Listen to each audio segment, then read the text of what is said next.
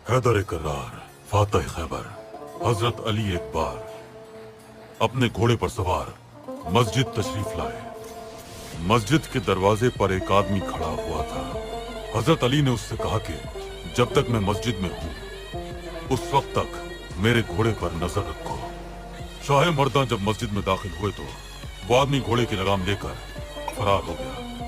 जब वो मस्जिद से बाहर आए तो देखा कि घोड़ा तो है मगर उसकी लगाम नहीं है। उनके हाथ में 2 दिरहम थे और उनकी नीयत थी कि वो ये दिरहम उस आदमी को उजरत के तौर पर दे देंगे। वो घर आ गए और 2 दिरहम अपने मुलाजिम को दिए और कहा कि वो बाजार जाकर इन दिरहमों से लगाम खरीद लाए। वो मुलाजिम लगाम खरीद लाया। हजरत अली ने जब देखा तो वो लगाम वही थी जो उस आदमी ने चुरा ली थी। उस आदमी ने वो लगाम 2 दिरहम में फरोख्त कर दी।